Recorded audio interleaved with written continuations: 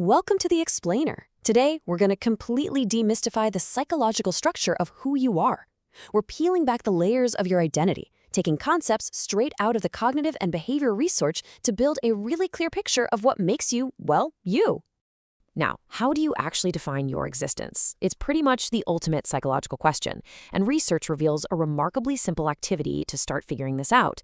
It literally just begins with the words, I am. Think about it for a second. If you had to complete that exact sentence 10 times, what would you say? That list of attributes, your personal qualities, your social identities, that is how you truly view yourself. So here is our roadmap for today. We're looking at the 4 pillars of the self. Section 1 is understanding your self-concept. Section 2 is measuring your self-esteem. Section 3 is the power of self-efficacy. And Section 4 is mastering self-regulation. All right, let's jump right into Section 1, understanding your self-concept, the map. Think of your self-concept as your overarching internal map.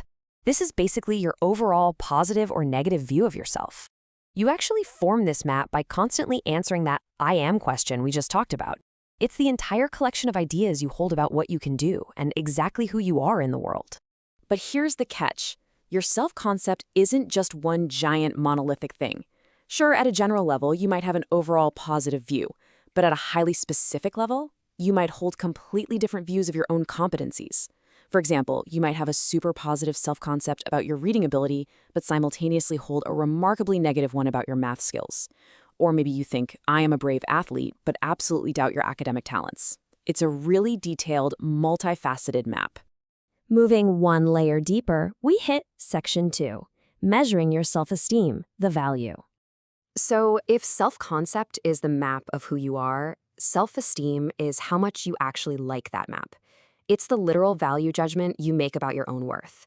In psychological studies, this is often assessed by having people rate statements like, I am good at homework, or I am highly liked by my peers.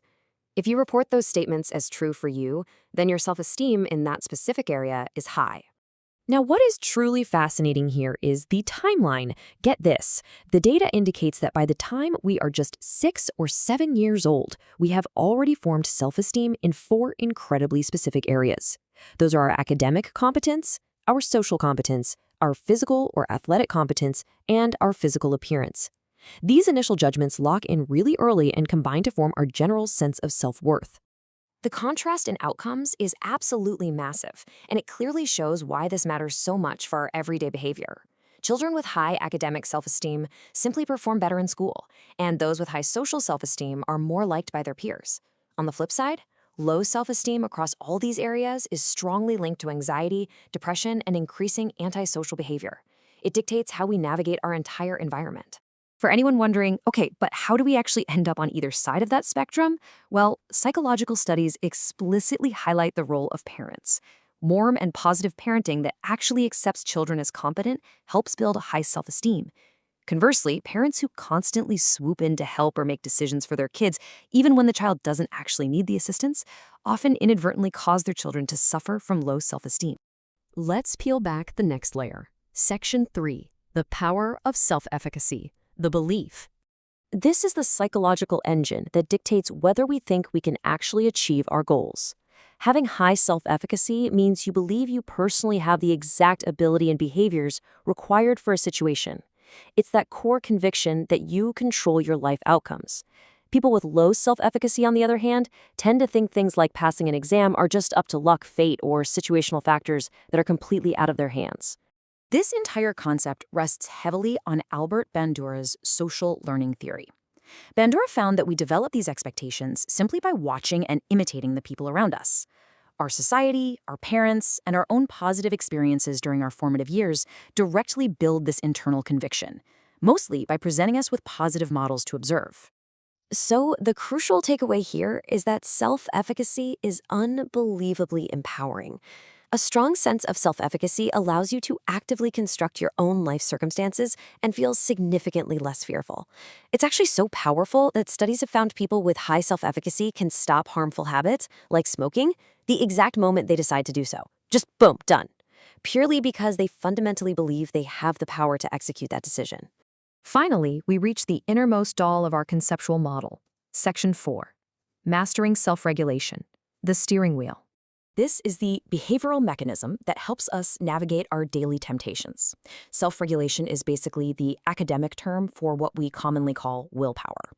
Many situations in life require us to resist pressure and control ourselves, right? So self-regulation is essentially learning how to delay or defer the gratification of our immediate needs in order to actually fulfill our long-term goals.